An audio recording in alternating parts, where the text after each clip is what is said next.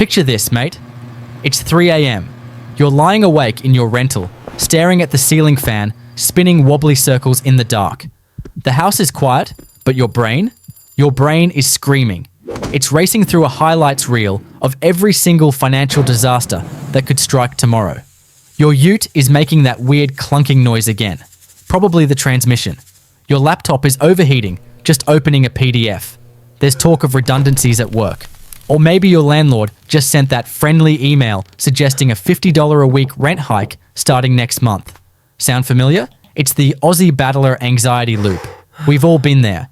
But what if I told you there is a specific number, a specific dollar amount sitting in your CommBank or ING account that could delete almost 90% of these 3 a.m. panic sessions? It's not $1 million. It's not winning the Powerball. It's definitely not finding a forgotten crypto wallet from 2016. It's $10,000. Most people reckon financial milestones are just arbitrary numbers made up by finance bros in tailored suits to make the rest of us feel like failures.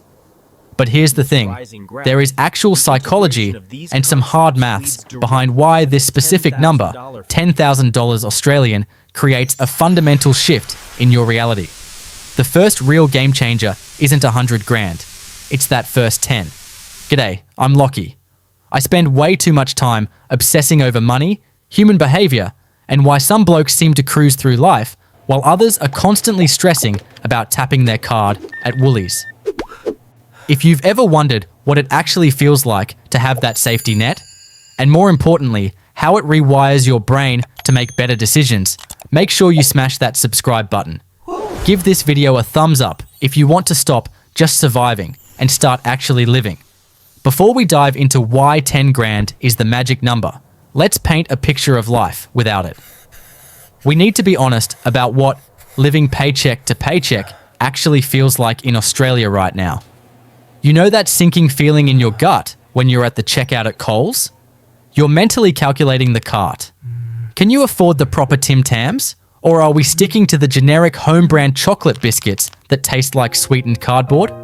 Or when the boys suggest grabbing a pint and a Parma at the pub on Friday, and you have to come up with some dodgy excuse, oh, I'm busy, mate, or not feeling the best, because you can't admit that spending $35 on a meal and a drink would literally wreck your budget for the next fortnight.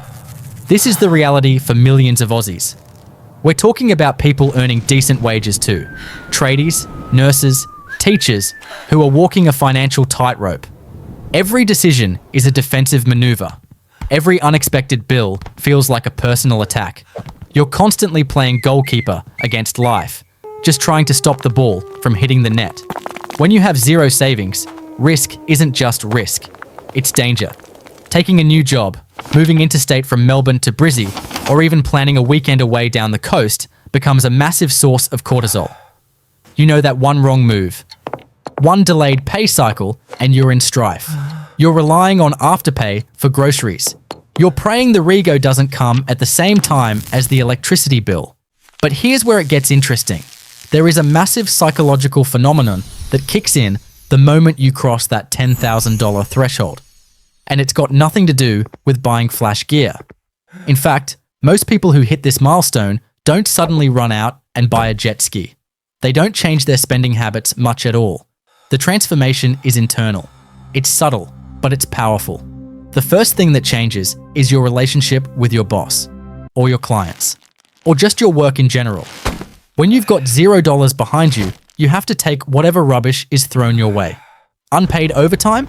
No worries, boss. Unsafe work conditions. She'll be right. Toxic workplace culture?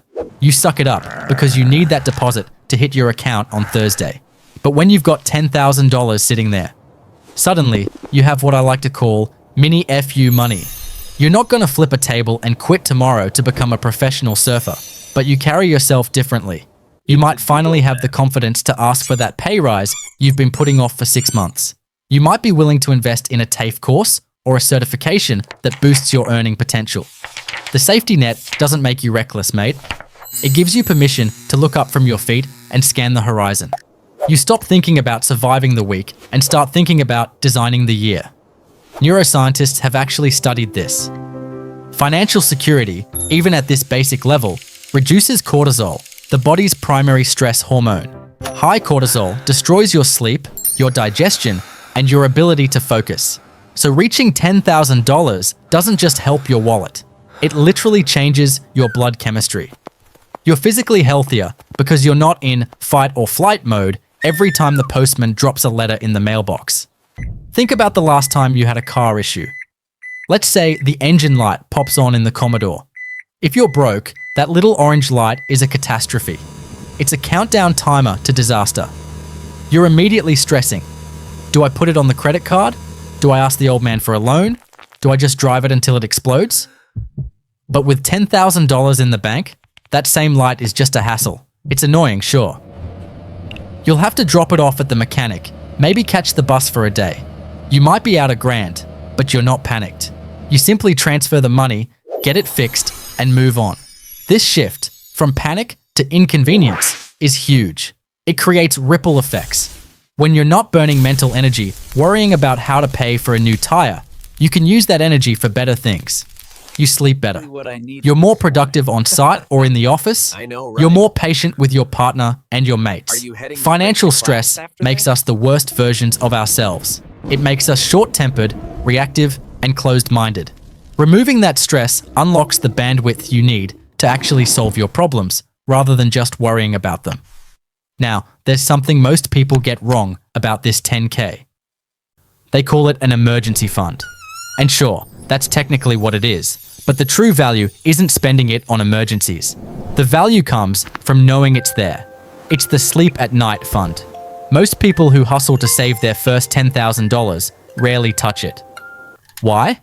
Because the mindset required to save that money makes you better at avoiding emergencies in the first place.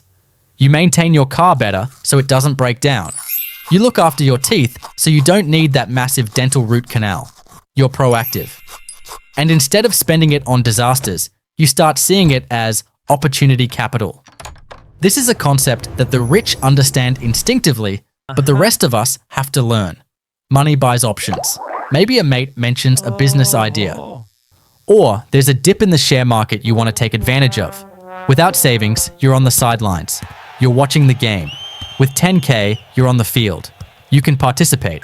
I'm not saying you dump your life savings into some dodgy crypto coin your cousin told you about at a BBQ. But having the option to invest feels incredibly different from having no options at all. Let's be real for a second. You might be listening to this thinking, Lachie mate, $10,000 sounds impossible. I'm lucky if I save $50 a month. I get it. The cost of living in Australia is brutal right now. Rents are up, energy bills are up, and a bag of chips costs like $7. It's tough out there. But here's the secret about human psychology.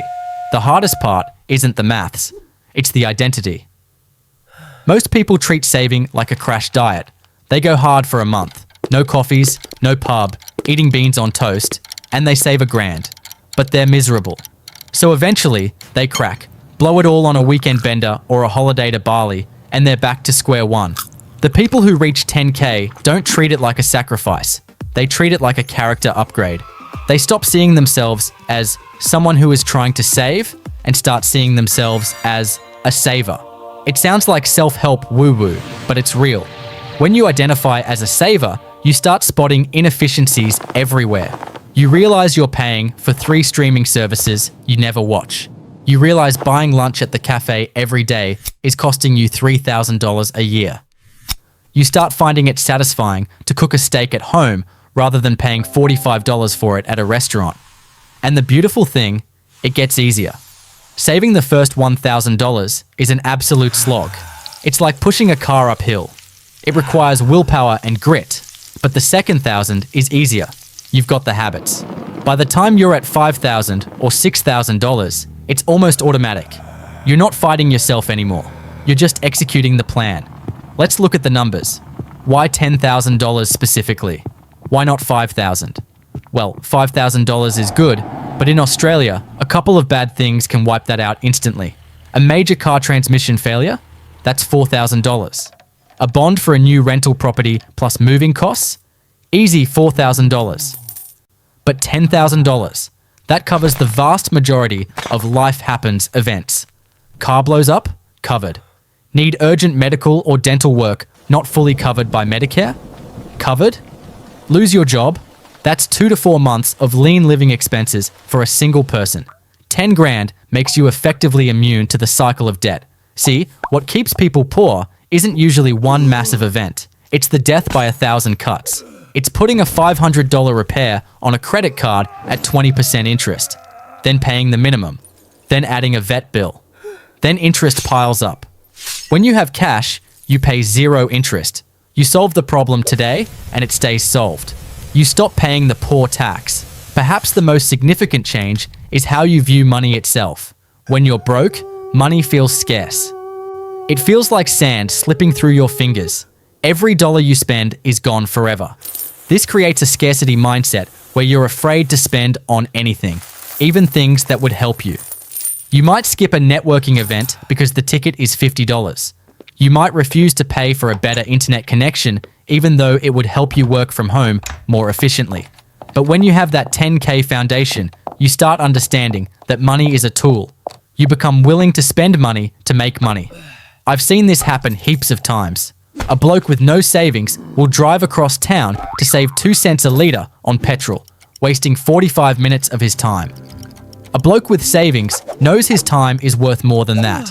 He fills up at the local, saves the time, and uses that 45 minutes to learn a skill, work a side hustle, or just rest so he's fresh for work tomorrow. You stop tripping over dollars to pick up cents. So, how do we actually get there? Especially if you're on an average wage? First, forget the smashed Arvo debate. You don't need to live like a monk, but you do need to be ruthless about what actually brings you joy. The average Aussie spends thousands a year on convenience. Uber Eats, servo snacks, subscriptions we forgot about. The trick isn't to cut everything, it's to cut the stuff you don't even notice. If you love your morning coffee, keep it. But maybe buy a decent machine for home and bring a thermos 3 days a week. That's $15 a week, or $780 a year, right there. If you're spending $100 on a Friday night out, ask yourself, are you actually having fun? Or are you just blowing off steam because you're stressed about money? Ironically, having money makes you need to spend less to feel good. You don't need retail therapy when you're not depressed about your bank balance. Start small. Seriously small. Put away $50 a week. Set up an auto transfer the second your pay hits. Treat savings like a bill that must be paid. You wouldn't skip your rent. Don't skip paying your future self. And here's a massive tip for Aussies. Check your super. I know, boring, right? But understanding how your money works is key. While you can't touch super till you're old, knowing you're building wealth in the background adds to that confidence. But for the 10K cash goal, high interest savings account. Don't leave it in a transaction account where you'll accidentally tap and go it away on a round of drinks. Put it somewhere hard to touch. The journey to $10,000 is going to change you. It's going to test your patience. There will be months where you slide backwards. That's okay. But the person you become on the way to saving that first 10 grand is infinitely more valuable than the money itself. You become disciplined. You become strategic. You become the CEO of your own life. And once you hit 10K, you won't stop. You'll look at that balance and think, well, that wasn't impossible. What about 20 grand? What about a house deposit? It breaks the mental barrier. It proves to you that you are not a victim of your circumstances. You are capable of changing them. So, tonight, if you're lying awake at 3 a.m., worrying about the future, make a decision. Decide that you're done playing defense. Start with $10. Start with 100. Just start. Because everything changes after you save that first $10,000. Your sleep, your confidence, your options, your life. If you found this helpful, do a mate a favor. Hit subscribe. Share this with someone who needs to hear it. I'm Lachie. Catch you in the next one.